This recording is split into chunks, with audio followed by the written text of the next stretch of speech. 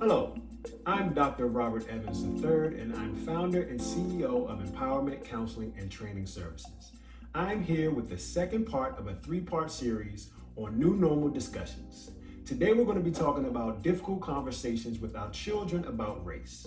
We're going to get into some steps, into some rules of engagement. Step number one, understand your stance. What we're referring to when I say understand your stance is you really have to be comfortable with your position when it comes to race relations. How do you feel about where you stand? Where are you when it comes to whites and blacks and Native Americans and Asians and Jewish people and all races being in one country together and fighting for the same cause? Where do you stand with that? Be comfortable with that and understand it, because you're going to be tested when it comes to having conversations with your children. They're going to ask you questions and you're going to have to be able to respond.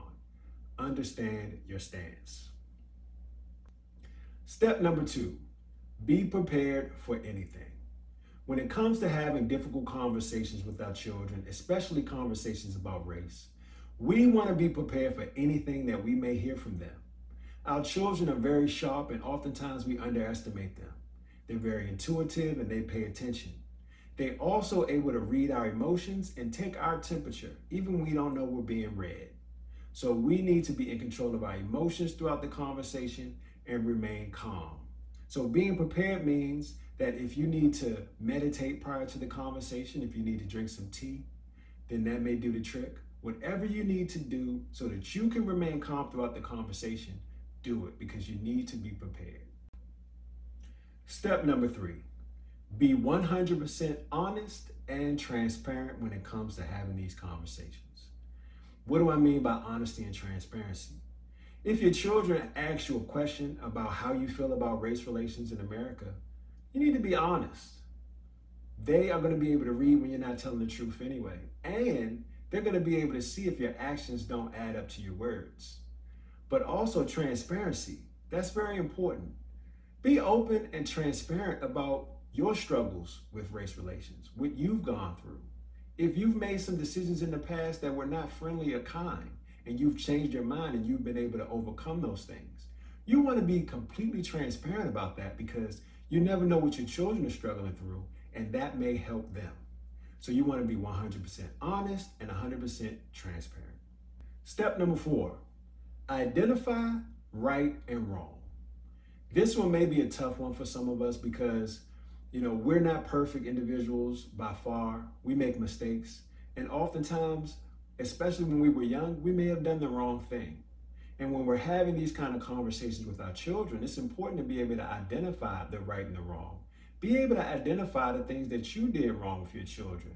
Teach them how you were able to overcome those things and what you learned from those things, because it may help them. Also, be able to identify the right and the wrong that's done by other people. One of the latest atrocities that we've seen, the shooting of Jacob Blake, the guy who was just walking to his car and he shot 7 times in the back, was absolutely wrong. And we need to be able to identify that when we're having these kind of conversations with our kids, because the child is going to ask, why did that man get shot in his back 7 times? What was the purpose for that? What are you going to say? Be able to identify the right and the wrong. So let's recap. Step number one, understand your stance. Step number two, be prepared for anything. Step number three, be 100% honest and transparent. And step number four, identify the right and the wrong. Now we're going to get into some rules of engagement. Rule number one, ensure that you provide a safe space. You want to make sure that your children are completely comfortable with having this conversation. Oftentimes, children are not comfortable having sensitive conversations with their parents. So you want to ensure that you're in control of your posture, in control of your nonverbal, your facial expressions, in control of your emotions and your composure. But also you want to make sure that the environment is comfortable.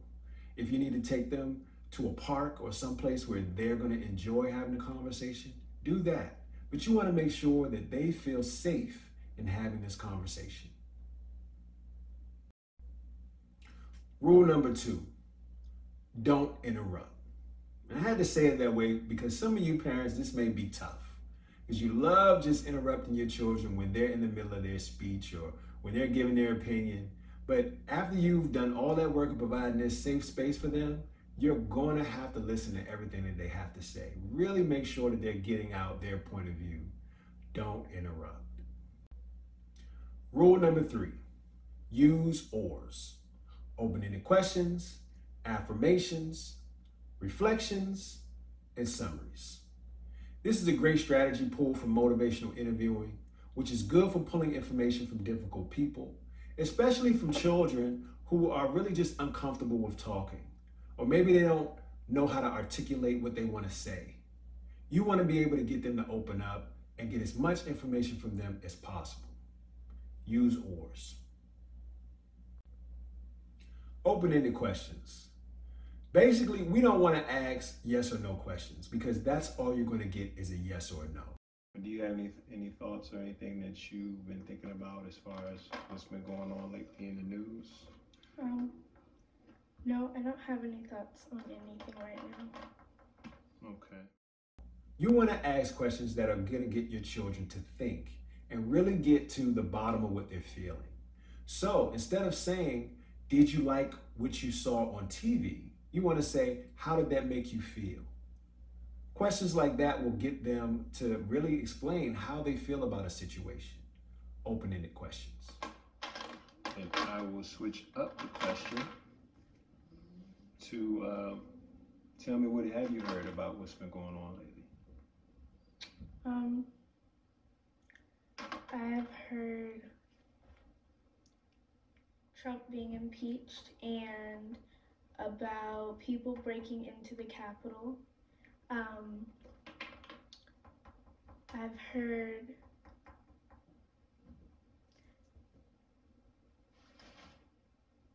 heard about other things that have been happening with coronavirus.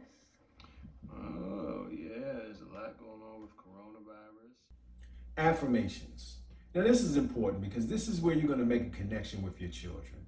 You want to make sure you're doing it through your nonverbals, your eye contact, your facial expressions. It's really an acknowledgement of where they're coming from. Remember, this strategy is going to make sure that your children are opening up. So you want to make them feel comfortable. And so you want to make sure you affirm. What I want to say is a part of being Black, but also it's also about other people who are different, like aren't the same color or have disabilities and stuff, is that I think that if you're different, that means you're unique. So if you're different than others, and that's a good thing because you shouldn't be the same. That just doesn't bring out anything in you. Oh wow, man, that is profound. Reflections. Now here's where your children are going to know that you've been listening because you're going to be able to reflect back to them what you've heard. Not only that, you're going to be able to reflect what you think they feel because you've been listening beyond the words for their feelings. For example, if they say, you know what, I didn't like when such and such happened. You're going to say, oh, so you feel frustrated. And they say, oh, wow. Not only that, they're going to keep talking because once they hear that acknowledgement, it's going to trigger something for them that's just going to keep them talking. And that's a reflection. So what I heard you say is that when it comes to people being a different color or having different challenges that they may face, I think you said disability, that just makes them unique. So it's not necessarily viewed as a disability sometimes just because someone is different. It just makes them unique and it makes them stand out because we shouldn't all try to be the same. Is that what I heard you say? Yes. Awesome. Summary. Now here's how you close out your ORs. You want to make sure that you're able to recap everything that you've heard. You've already given affirmations and reflections, and your child knows that you've been listening, but now you want to be able to make sure that you're 100% on the same page with a complete summary of what they've said. That's your summary. I just think encouragement. Encouragement is a really big part within the growth of, younger people, especially if they're your kids. You know, they look up to the older adults within the household.